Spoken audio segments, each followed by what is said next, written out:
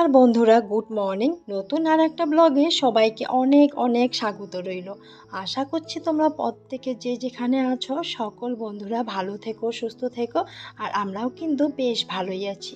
তো দেখো, সকালবেলা ঘুম থেকে উঠে এই যে উঠোনটা ঝাড় দিয়ে নিচ্ছি। তো আমাদের সর্বপ্রথম কাজ হলো বাড়ির উঠোন ঝাড় দিয়ে তারপর বাদ বাকি যা যাবতীয় কাজ আছে সেগুলোই করে নেওয়া। তো জানোই তো, গ্রামের পরিবেশের কাজ কিন্তু আর একটাই না, অনেক হাজার রকম কাজ কিন্তু আমাদের থেকে থাকে। এই যে দেখো, উঠোন ঝাড় দেওয়া, গোয়াল ঘর পরিষ্কার করা, কত ধরনের কাজ থাকে। গোয়াল ঘর ঝাড় দেওয়া, তো এদিকে আবার দেখো কলের পাড় পরিষ্কার করা, অনেক ধরনের কাজ থাকে যেটা আমাদেরকে পরিপাটি করে সকাল থেকে একদম সন্ধ্যা অবধি সমস্ত কাজগুলোকে গুছিয়ে করতে হয়। তো যাই হোক, তোমাদের সাথে গল্প করছি আর এদিকে দেখো আমার উঠোনটাও কিন্তু অনেকটাই ঝাড় দেওয়া কমপ্লিট হয়ে গেছে। এখন যাচ্ছি হলো গেটের দিকে। তো চলো, গেট পার হয়ে আসলাম, এসে এইটুক জায়গায় ঝাড় দেব। আর এখন কিন্তু উঠোন ঝাড় দিতে বেশ ভালোই লাগে, কেন বলো তো? এই যে গাছের পাতাগুলো পড়ে নেই, শুধু খালি ধুলো বালি পায়ের এটুকুই। তো যাই হোক, সারাদিনে তো অনেক কাজই করি, তো এইটুকু কাজ তো করতেই হবে। এদিকে দেখো, আমার কলের পাড়টা ঝাড় না দিলে ভালো লাগে না। আর কলের পাড়টা জানো তো পিচ্ছিল হয়ে থাকে, সেই রাত্রিবেলা যখন থালা বাসন মাজা ঘষা করা হয় তখন কিন্তু কলের পাড়টা আমরা রেগুলার ঝাড় দিয়ে নিই রাত্রিবেলা। তো সকালবেলা দেখো উঠোন ঝাড় দিয়ে তারপর কলের পাড়টা যদি ঝাড় না দেই তাহলে কিন্তু একটু খারাপ লাগে। আর কলের পাড়টা সবসময় আমাদের দরকার পড়ে। তো যাই হোক, দেখো এদিকে কলের পাড়টা ঝাড় দিয়ে নিয়ে আমিও ব্রাশটা করে নিলাম, ওদিকে আমার মেয়েও ব্রাশটা করে নিল। তারপর দেখো, মেয়ে তো খেতে বসেছে। আর এখন দেখো, আমি এই যে আমার এই ফুল গাছটার টবটা না, এটা টব বলে না, এটা আমার শ্বশুর বাড়ির আগের থেকে আমি দেখে এসেছি, এটা নাকি ফিল্টার ছিল। তো যাই হোক, এই ফিল্টারটা এখন তো ইউজ করে না। তো ছোটো মোটো একটা প্লাস্টিকের জিনিস, তো সেখানেই দেখো বেশ কিছু মাটি ভর্তি করে রেখেছিলাম। তো দেখো, গত বছর বেশ কিছু ফুল এখানে লাগিয়েছিলাম, তো আমার যে কালিয়া ছিল ওরা কিন্তু খেয়ে একদম সেই ফুলের গাছগুলো নষ্ট করে দিয়েছে। তারপর কি বলো তো, ওখানে ওই যে সময় ফুলগুলো আছে, তো সময় ফুলগুলো আমি লাগিয়ে দিলাম। ফুলগুলো কিন্তু ফুটেও গেছে, বেশ কিন্তু ভালো লাগছে, তাই না? তো ওই যে আমাদের যে পুরানা প্লাস্টিকের টবের মতো করে রেখেছি, সেখান থেকে বেশ কয়েকটা ফুল নিয়ে এসে ওই গাছের টবের মধ্যে লাগিয়ে নিলাম। তবে জানো তো, টব কেনা হয় না, তো আমাদের তো সেই রকম মানে একদম যে টাকা পয়সা অ্যাভেলেবেল তাও না যে টব কিনবো বা এটা কিনবো সেটা করবো। কিন্তু কোনো দিনও যদি হয়ে থাকে তাহলে কিন্তু অবশ্যই কিনবো। আর কি বলো তো, আমরা আর কি যেটুকু রোজগার করি সেটুকু দিয়েই আমাদের ম্যাক্সিমাম সংসারটা কোনো রকমভাবে আর কি চলে যায়। পরের একা রোজগারে কি এতগুলো মানুষকে চালানো সম্ভব হয়? তো দেখো, আমার বাচ্চার স্কুল খরচ, প্রাইভেট, আর্টের ক্লাস, এমনিতেও আমাদেরকে লাগে অনেক কিছু জিনিস, তো সেগুলো সংসার পুরোটাই সেই সামান্য একটু রোজগারে কিন্তু চলে না। তো আমরাও বাড়ির বউরা চেষ্টা করি স্বামীর সবসময় পাশে থাকার জন্য, কিন্তু কি বলো তো, হয়ে ওঠে না আমাদের। দেখো, সামান্য কিছু এই যে হাঁস মুরগি চোরাই পুষে কয়েকটা টাকা পাবো বলো, তো এগুলো দিয়েই আর কি আমরা একটুখানি হেল্প করার চেষ্টা করি হাজব্যান্ডকে। তো যাই হোক, কখনো কখনো ভগবান সেগুলোও কেড়ে নেয়। তো বুঝতেই পারছো, আমি আমার কালিয়াদেরকে পুষেছিলাম যাতে দু একটা টাকা আমার হাতে আসে, আর পুষতেও ভালো লাগে। কিন্তু কি বলো তো, ভগবানের অশেষ কৃপা যেটাকে বলা হয়, তো আমার এত সুন্দর সুন্দর জিনিসগুলো ভগবান কেড়ে নিল। কিন্তু কিচ্ছু করার নাই, যেহেতু ভগবান নিয়েই নিয়েছে, আর সেটাকেও আমি মনে করি আমার ভগবানের ইচ্ছে হয়তো হয়েছে। ভগবান হয়তো চায়নি যে আমার কাছে ওরা থাক। তো যাই হোক, চড়ে নিয়ে গেছে, কিছু করার নেই। সব কিছু আমাদের হাতের বাইরে, উপরওয়ালা যা করে দেয় ঠিক সেটাকে আমাদের মেনে নিতে হয়। এদিকে জানো তো, অনেক দিন থেকে আমি আমার বিছানার কভার আর সাথে বালিশ কভার এগুলো না ধোয়া কাচা করছি না, তাই আজকে ভেবে নিয়েছিলাম যে আজকে এই কাজগুলো করব। আর না, এখন যেহেতু গরমকাল পড়েছে, কয়েকদিন পর পর কিন্তু বিছানা একদম গন্ধ বের হয়ে যায়, কারণ এই যে ঘাম হয়, সবার শরীর তো ঘামে কম বেশি। তাই দেখো, এক সপ্তাহ এতদিন রাখতে ইচ্ছা করে না। তো যাই হোক, আমার বিছানাটা কিন্তু এক সপ্তাহ হয়ে গেল, তো আজকে এগুলো বের করে নিলাম। আর দেখো, বিছানাটা তো ভালো করে আমি ঝাড় দিয়ে নিলাম। তারপরে এক্সট্রা একটা বেড কভার ছিল, সেটা আমি বিছানার মধ্যে পেতে নিলাম। এখন ঘরটা ভালো করে আনাচে কানাচে সমস্তটাই আর কি ঝাড় দিয়ে নিয়ে নিলাম।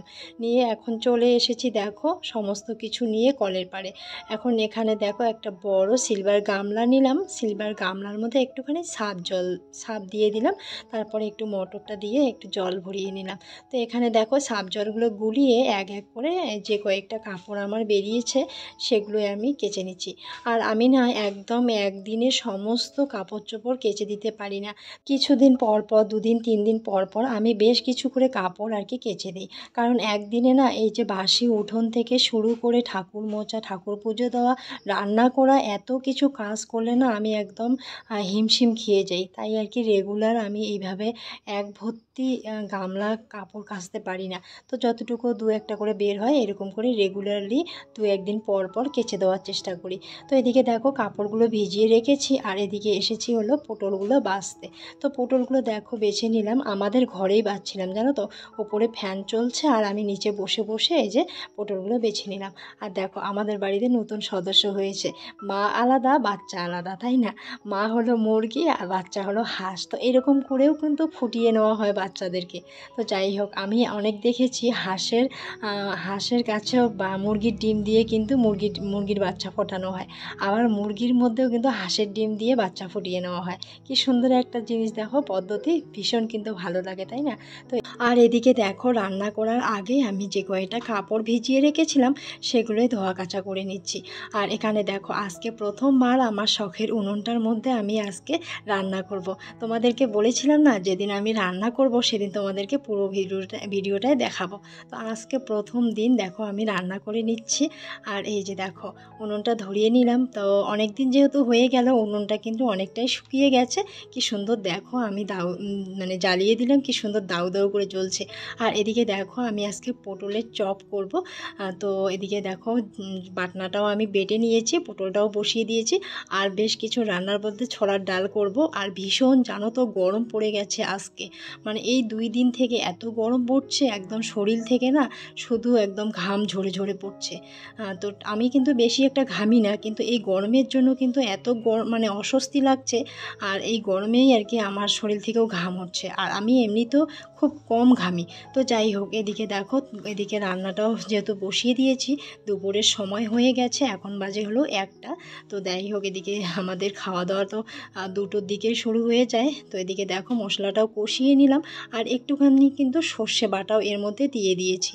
তো সর্ষে বাটা দিয়ে সমস্ত পটলটা দিয়ে দেখো ভালো করে কষিয়ে নিয়েছি। আর পটলটা তো ভাজতে ভাজতে আমার সিদ্ধ হয়ে গেছে।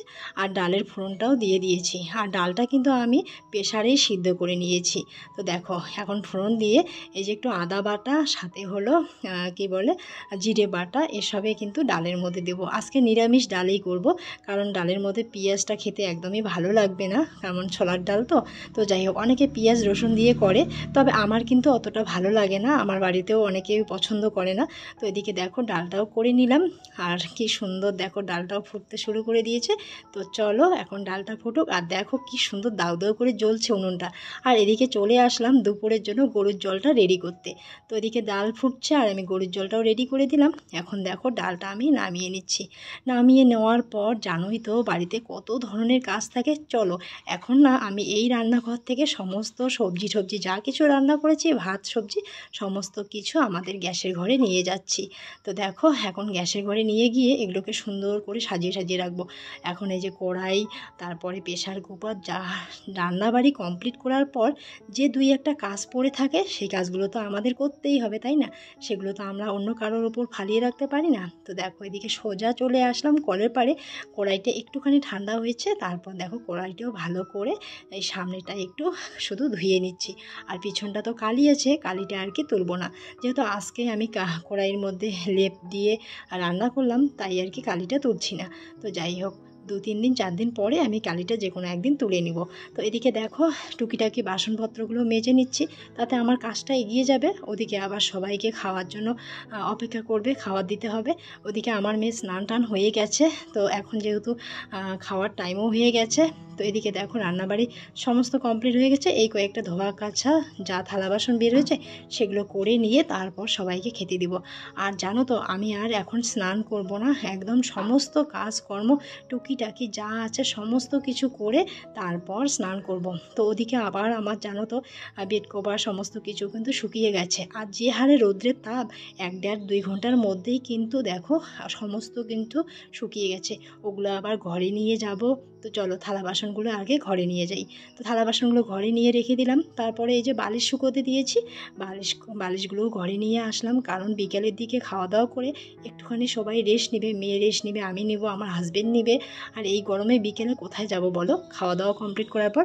তাই বালিশগুলো নিয়ে এসে বালিশের কভারগুলো না ভরিয়ে নিচ্ছি। তো এদিকে দেখো আমার বালিশের কভারগুলো কিন্তু বিভিন্ন রকমের হয়ে গেছে, বাবা মেয়ের বালিশের কভার কিন্তু একই, আর আমার বালিশের কভারটা একটু আলাদা। তো চলছে এরকম করে, তাই চলাচ্ছে। কারণ ওই বালিশের কভারটা আমার হাজব্যান্ডের যে কভারটা ছিল সেই কভারটা না ছিঁড়ে গেছে। তো আমারটা যেহেতু ভালোই আছে তাই আমারটা আমি এইভাবেই চালিয়ে নিচ্ছি। তবে জানো তো একটুখানি সচ্ছলতা যেদিন আমি হব সেদিন হয়তো আমার ঘরেও ভালো ভালো জিনিস থাকবে, ভালো ভালো কিছু ব্যবহার করতে পারবো। তবে হাজব্যান্ডের এই সামান্য রোজগার দিয়ে সেটা কখনো সম্ভব নয় বন্ধুরা। তো তোমরা পারলে আমাকে একটুখানি হেল্প করো, যাতে আমি আমার রেগুলার ডেলি লাইফ সে তোমাদের সাথে তুলে ধরে আমি যাতে একটুখানি মানে কি হাজব্যান্ডের পাশে দাঁড়াতে পারি, একটুখানি সাকসেস পাই। তবে তোমাদের ভালোবাসা সাপোর্ট ছাড়া কোনোদিনও কিছু সম্ভব না। তো দেখো অনেক কিছু করলাম, করে হাঁপিয়ে গেছি, একদম শরীর থেকে টকটক করে জল পড়ছে, একটু বাদে যাব স্নানে। তবে জানো তো বন্ধুরা, শ্বশুর বাড়িতে তুমি হাজার পরিশ্রম করো, হাজার কষ্ট করো, তবেই কিন্তু শ্বশুর বাড়িতে তুমি নাম পাবে, তাছাড়া কিন্তু পাবে না। তো আজকের মতো ব্লগটা এখানে রাখছি, ভালো থেকো।